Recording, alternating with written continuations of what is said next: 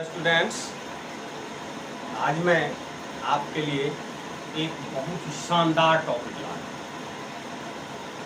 ऐसा टॉपिक लाया हूँ जो आप लोग इसको समझकर सुनकर अपने अंदर की जो डर है आप उसे हटा सकते। तो आइए इस डर को हटाने के लिए मैं आपको एक जोक सुनाता हूँ।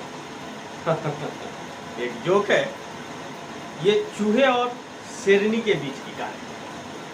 हुआ यूं, एक दिन एक चूहे ने शेरनी को कर दिया प्रपोज। हुआ यूं, एक चूहे ने लिया हाथ में रेड रोज और शेरनी को कर दिया प्रपोज।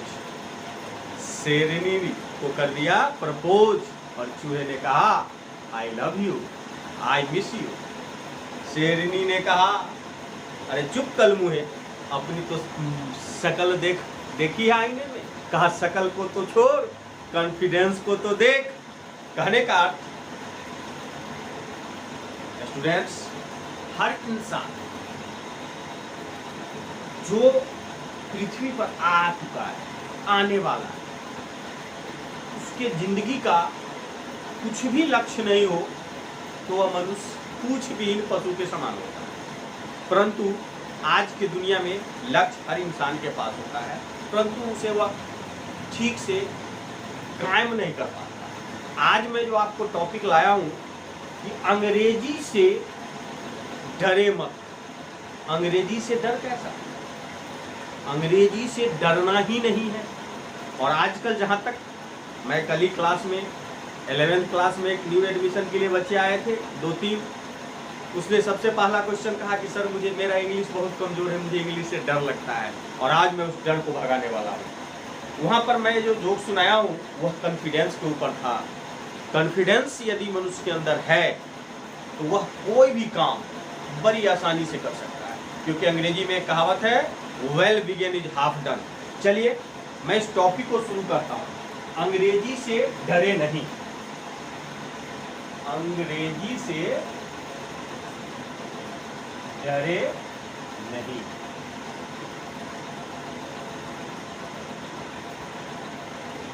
क्या अंग्रेजी से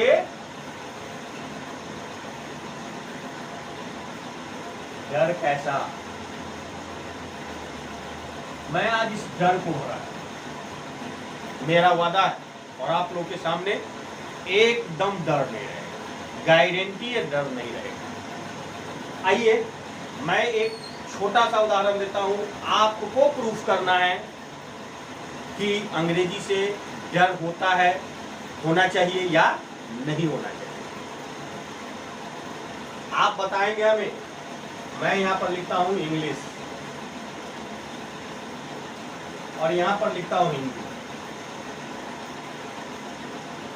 जहाँ तक बात अंग्रेजी की और हिंदी की है तो हम भारतीय हैं, और भारतीय में खासकर बिहारी, और बिहारी में भी शुद्ध खांटी देहाती नहीं। लेकिन आप लोग को शायद पता नहीं है कि बिहारी मतलब करोड़ों पर भारी। आप पहले कॉन्फिडेंस जगाइए। आइए मैं आप ही से पूछता हूँ और प्रूफ कर दूंगा कि हिंदी से अंग्रेजी आसान। कैसे? मैं अगर आपसे क्वेश्चन पूछूं कि how many letters in English, तो आप झट से जवाब दे दोगे 26, राइट? यस। और मैं आपसे पूछता हूं कि हिंदी में कितने अक्षर है, how many letters in Hindi, क्या कंफ्यूज कर गया ना? आपने कहा 56। चलिए अभी भी आप कंफ्यूज हो। आप हिंदी में ही पैदा होते हैं और हिंदी में ही मर जाते हैं, लेकिन आपको कन्फर्म ये नहीं मालूम है कि हिंदी में कितने अक्षर होते हैं। चलिए मैं मान लेता हूँ सही अभी 48 है, पहले 56 लोग 52 के। ये 3 आंसर आप लोगों ने दिया। इसमें सच अभी सही ये है, पहले इस तरह का था, कोई ये भी था। चलिए मैंने मान लिया कि ये वाला सही है 48। लगभग 26 के दुगुना है। 26 का क्या है, दुगुना है। अंदाजा लगा लीजिए, 26 लेटर है इंग्लिश में, A to Z, और हिंदी में अ से ये 52 लेटर है। आप नहीं मानोगे तो 48 मानिए, मॉडर्न अभी 48 चल रहा है। इस बात से साफ जाहिर हो रहा है कि जिस लैंग्वेज में 26 अक्षर हो मात्र, वह 48 वाले से आसान होगा कि भारी। क्या होगा? अच्छा, बिल्कुल राइट, ये होगा आसान, बिल्कुल सही। किसके अनुपात में? हिंदी के अनुपात में। ये कठिन है।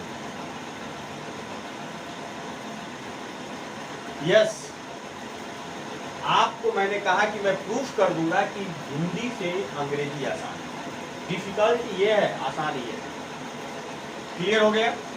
अरे इंग्लिश को क्या है, सबसे पहले आज मैं आप लोग को बताऊं, आप लोग का स्टैंडर्ड 10+2 है, और बचपन में आप लोग सीखे होंगे A for apple, B for ball, C for cat. नहीं, आज मैं आपको ABC पहले सिखाऊंगा, उसके बाद मैं इंग्लिश के फर्स्ट स्टेप पर कदम रखूंगा।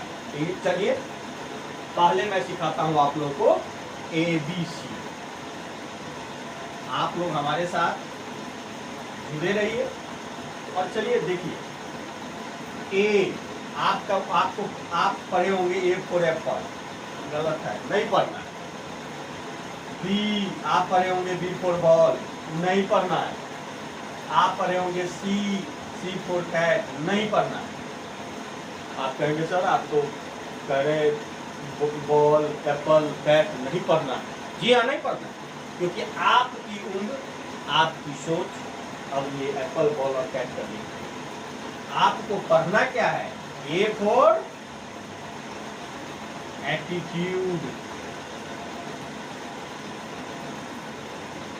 Tube, attitude. B for leave, और C फॉर कमिटमेंट।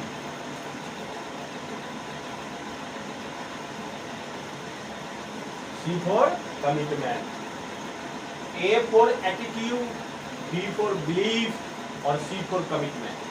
कहने का मेरा अर्थ, बात को समझिए, इंग्लिश आपको एकदम इजी लगेगी, डरना ही नहीं। एटीट्यूड का अर्थ होता है नजरिया।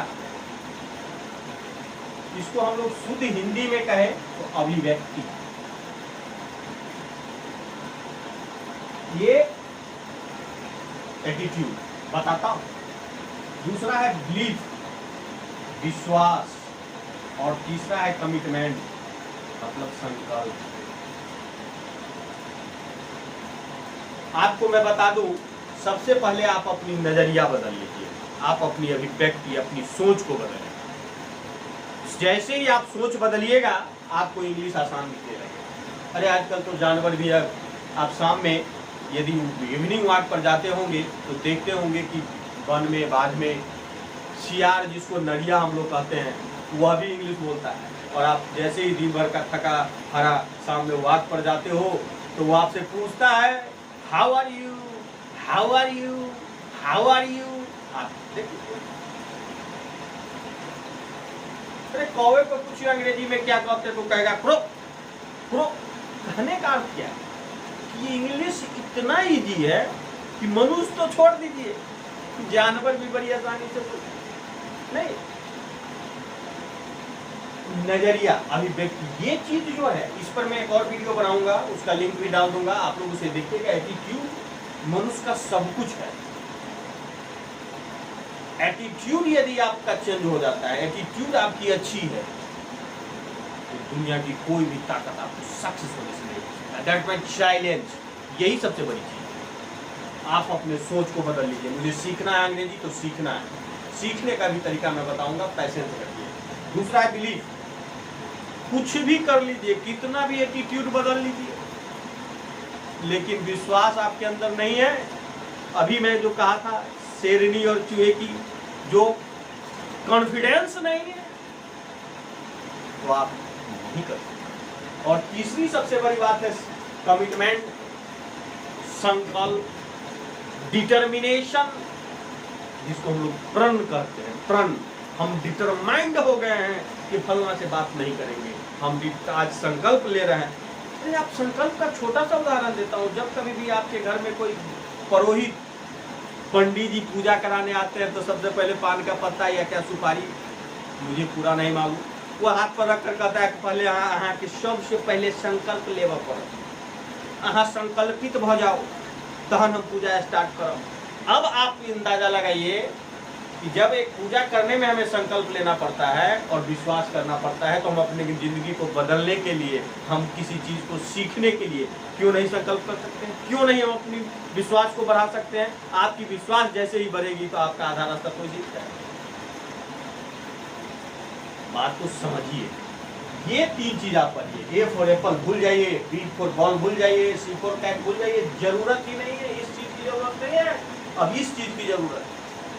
और मैं प्रूफ कर दूंगा कि मनुष्य के जिंदगी में यदि सबसे बड़ी कोई दौलत है, सबसे बड़ा कोई चीज है, तो वो है उसका एटीट्यूड।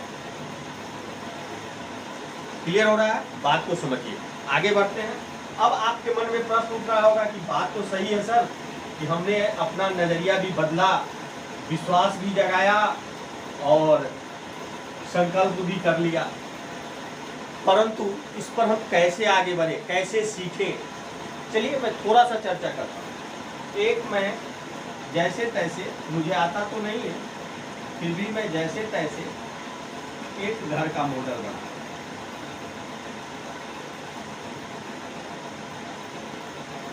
मान लीजिए कि छतदार घर है, इस ऊपर में है रूफ। क्या है? छत। अंग्रेजी ऊपर में क्या है? छत। और ये दिख रहा है आपको, ये समझ गए होंगे, लेडर, सीढ़ी। आपको छत पर जाने का जो रास्ता है, ये क्या है? सीढ़ी है। जब आप सीढ़ी से छत पर आते जाते हैं तो आपको लोग समझदार भी समझता है और समझता है कि नहीं अच्छा है, लेकिन चढ़ने के दौरान और सारे तरीका है। यहाँ से हम रस्सी डायरेक्ट फेंक दिए छत पर, टॉयलेट का पाइप आया हुआ है, उसी को पकड़ के चढ़ जाएंगे, बैम्बू ले आएंगे, उसको लगा के चढ़ जाएंगे, नहीं। तो ये सारे तरीका गलत है। और सबसे बेस्ट तरीका है कि आप लैडर से, सीढ़ी से ऊपर जाइए और सीढ़ी से नीचे आइए। तो यह बात यह साबित करता है कि प्रत्येक लैंग्वेज, जैसे मैं यहाँ पर लिख देता हूँ इंग्लिश, फिर मैं लिख देता हूँ हिंदी, फिर मैं लिख देता हूँ संस्कृत, और भी सारे लैंग्वेज होंगे इस है। अब ये सारे लैंग्वेज के बाद मैं एक वर्ड लिखता हूँ, वो है ग्रामर। ये ग्रामर जो है वो किसी भी लैंग्वेज का, चाहे वह संस्कृत हो, चाहे वह हिंदी हो, चाहे वह इंग्लिश हो, किसी भी लैंग्वेज का लैडर होता है, सीढ़ी होता है। हम अभी आपको उदाहरण में समझाए हैं कि छत पर चढ़ने का सबसे बेस्ट तरीका होता है कि आप लैडर से ऊपर जाओ और नीचे आओ। सीढ़ी जो या तो पत्थर का बना होता है, कोई लोहा का बना लेता है, कोई लकड़ी का भी बनाता है, जो जैसा बना, लेकिन वो जो तरीका है। तो अंग्रेजी सीखने के भी जो सबसे बेस्ट तरीका है वो है एट फर्स्ट आपको ग्रामर पर कमांड करना, ताकि आप इसके व्याकरण को समझिए। बात को समझिए, मैं जो कह रहा हूँ उस बात को समझिए जी। कारण यदि आपको इस पर पकड़ हो गई तो आप कहीं भी जाएंगे, किसी के छत पर जाएंगे तो बड़ी बुलंदी से जाएंगे, शान से जाएंगे, और पकड़ नहीं है तो वही चोर वाला धंधा, बेवकूफ वाला धंधा, जैसे तैसे। तो जैसे तैसे सीखने के लिए तो कोई बात ही नहीं, उसकी कोई जरूरत नहीं है, ना टीचर की है ना किसी और की। आप सुबह शाम 10 वर्ड वोकैबुलरी से वर्ड पावर बढ़ाइए, आप। परंतु मैं जो ये बात आपको बता रहा हूँ, ये यह सोचकर नहीं कि आपको तोता बनना है, मैं यह सोचकर बता रहा हूँ कि आपको लर्नेड बनना है, और इंसान को लर्नेड बनना चाहिए। तोता को तो सीताराम सिखा दीजिए तो सीताराम करेगा, लेकिन आप लर्नेड बनो। लर्नेड बनने के लिए ग्रामर पढ़ना जरूरी है। और दूसरी बात कहिएगा कि सर यदि मुझे मन है ग्रामर नहीं पढ़ने की, तो मैं बता देता हूँ। आप आए हो 10th पास करें, अभी आप 11th में आए, इंग्लिश तो 10th तक किसी ने देखा होगा, किसी ने देखा भी नहीं होगा, किसी ने छुआ भी नहीं होगा। और वैसे भी बिहार बोर्ड में इंग्लिश कब शुरू होती है वो शायद हम लोगों से ज़्यादा परिचित है आपको। मैं भी आया हूँ वहीं से,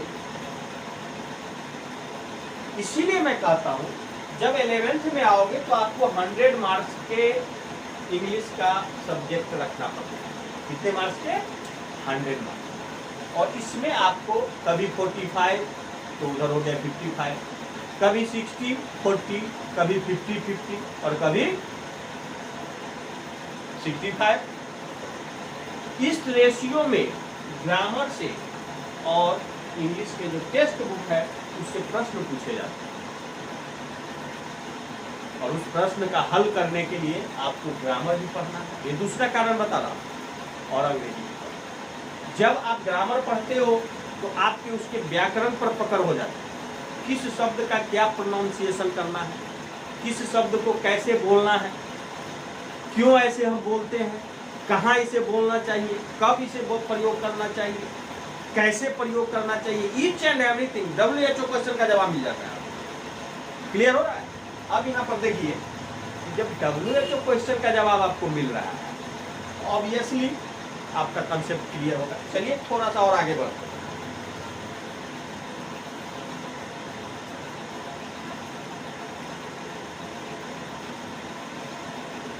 आज मैं आप लोगों को एक सिंपल सा उदाहरण दे रहा हूं। देखिए, पूरा ध्यान से देखिए। मैं यहाँ पर छोटे बच्चे को, जो बच्चे स्टैंडर्ड 3 4 में हैं, अंग्रेजी मीडियम से पढ़ते हैं, उसे कहिए रमन लिखने के लिए, तो वो झट से लिख देगा RAMAN। क्लियर? उसी बच्चे को कहिए मोहन लिखने के लिए, तो वह झट से लिख देगा MOHAN। उसी बच्चे को कहिए पटना लिखने के लिए, वह लिख देगा PATAN।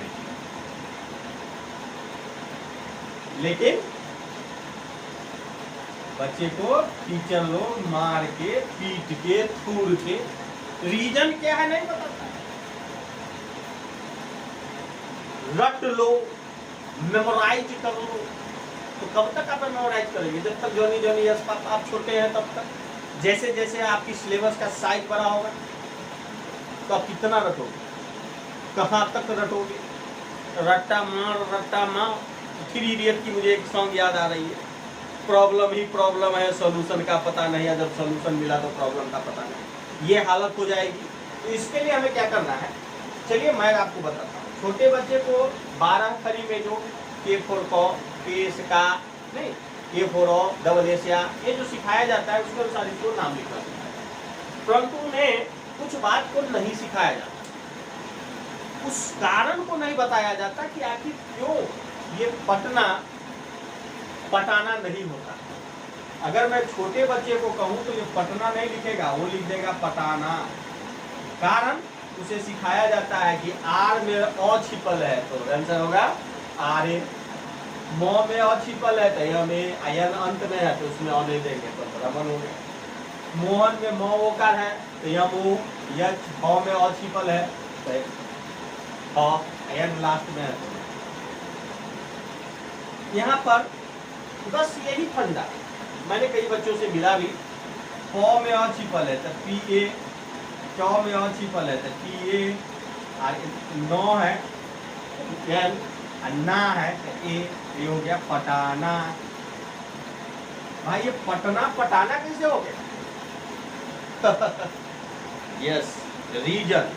आप पहले अपने विजन को वहां ले जाइए, उसमें रीजन डालिए, कंसेप्ट क्लियर हो जाएगा। मैं सारा रीजन मैं आपको बताऊंगा और A to Z डिटेल्स बताऊंगा। थोड़ा सा कारण मैं अभी बताता हूँ, मैं फुल डिस्कस के साथ, फुल डिटेल के साथ इस क्लास में आऊंगा, क्योंकि कल मुझे पता चला कि मुझे इस टॉपिक पर भी वीडियो बनाना चाहिए और हमारे बच्चे को इससे लाभ मिलेगा। हमारे स्टूडेंट्स को बहुत फायदे मिलेगा। और रही बात इंग्लिश की, तो इंग्लिश तो आदमी बचपन से लेकर 55 तक, जब तक जिंदगी है इंग्लिश सीखते रहिए। और सीखने के लिए इंग्लिश क्या, हर सब्जेक्ट सीखते रहिए। मनुष्य की अंतिम सांस तक लोग सीखता है, तो आप भी सीखिए, हर दिन एक नया चीज़ सीखिए। और हर दिन मैं एक नया चीज़ सिखाऊंगा, ये अब मेरा वादा है। आप देखिए पटना पटाना क्यों बाबू, पटना, पटना, पटना, पट प्लस ना, यहाँ पर स्लेब खत्म हो रहा है। और जहां पर स्लेब खत्म होता है वहां पर ए का प्रयोग नहीं है।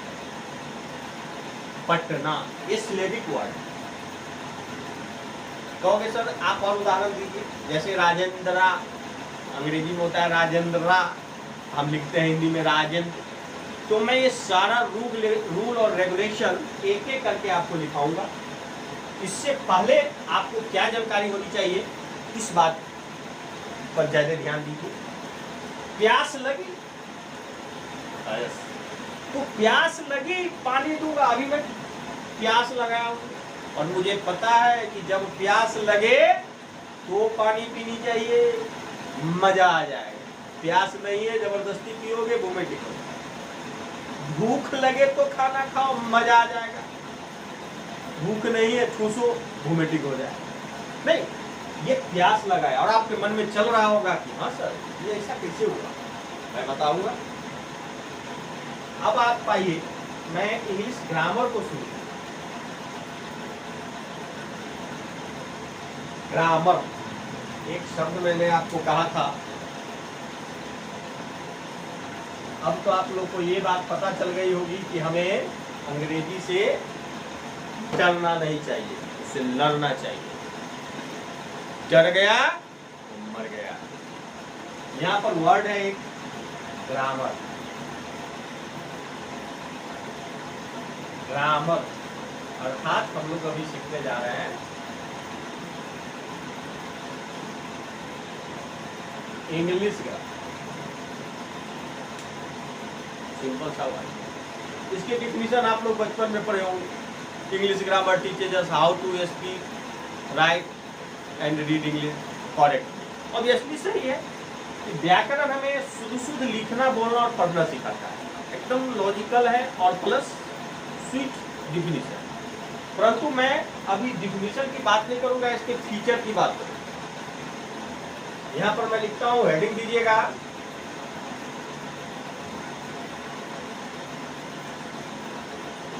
साइलेंट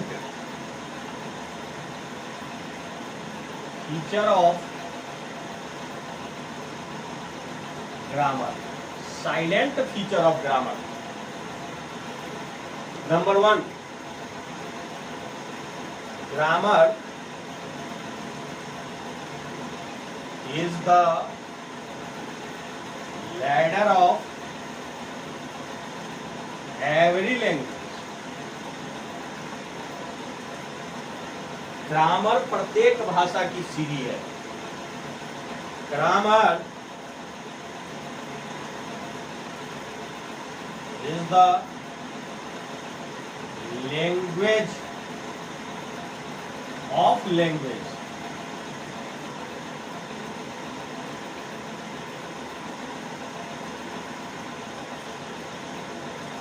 ग्रामर प्रत्येक भाषा की भाषा है। Grammar is the life blood of language। Grammar भाषा का जीवन रक्त है। Grammar is the bone of language। Grammar भाषा की रीढ़ है, रीढ़ की हड्डी। तो स्टूडेंट्स, अभी तक आपने देखा और आपके मन में ये चलने लगा होगा कि ऑब्वियसली यदि मुझे ग्रामर पर पकड़ हो जाए तो मैं लैंग्वेज को पकड़ कर रगड़ दूंगा। अब मैं इस पर एक शब्द का चर्चा करूंगा। एक शब्द है वो शब्द है अडेप्ट। अडेप्ट,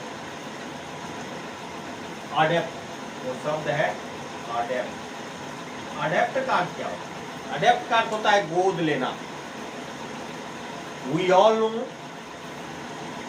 कि जब हम किसी के बच्चे को अनाथालय से अपना बच्चा बनाते हैं तो यह सोचकर उसे घर में नहीं लाते हैं कि हमें ये बड़ा होगा तो लोग कोई कह देगा कि तू अनाथ है, तुम्हारा बाप का कोई दूसरा है, ये तुमको गोद लिया है, या कुछ ऐसा, इसीलिए इसको थोड़ा सा कम खिलाते हैं, कम लाड प्यार करते हैं। ऐसा होता है? नहीं होता है, क्योंकि वह यह सोचकर लाता है कि हमें अपनों बच्चों की तरह इसे बड़ा करना है और अपने बच्चों को अपना बेटा बनाना है या अपना समान बनाना है। बस यह चीज आप वो ABC एटीट्यूड, बिलीफ और कमिटमेंट के साथ एक अडेप्शन जोड़ें। अडेप्ट माने होता है गोद लेना, अडेप्शन माने गोद लिया। अडेप्शन, अडेप्ट जोड़ दीजिए और आप किसी भी लैंग्वेज को, I am not going to tell about only the English, if you want to learn any language in exhaustive manner, विस्तृत रूप से आप किसी भी भाषा को सीखना चाहते हैं तो you shall have to adapt, तो आपको उसे गोद लेना होगा, ठीक उसी प्रकार जिस प्रकार हम अनाथालय से किसी बच्चे को गोद लेते हैं। और आप जिस गोद ले लिए और मेरे वीडियो को, मेरे ऑनलाइन क्लासेस को, मेरे ऑफलाइन क्लासेस को यदि आप ज्वाइन कर लिए हो तो अब तो सोने पे सुहागा है, नहीं किए हो तो आप कर लो। मेरे चैनल को भी सब्सक्राइब कर लेना, शेयर करना अधिक से अधिक दोस्तों के लिए, क्योंकि जो बच्चे मैट्रिक पास कर चुके हैं, 11th में है, 12th में है, उसके लिए तो ये रामबाण है, उसके लिए यह बहुत अच्छा चीज़ है जो मैं आपको और वीडियो के साथ लाता रहूँगा। आज इतना ही, कल मैं इससे नेक्स्ट चीज़ को आपको बताऊँगा कि आपको कैसे अंग्रेजी पर फतेह हासिल करनी है। अंग्रेजी से थोड़ा भी नहीं डरना है। Okay, bye.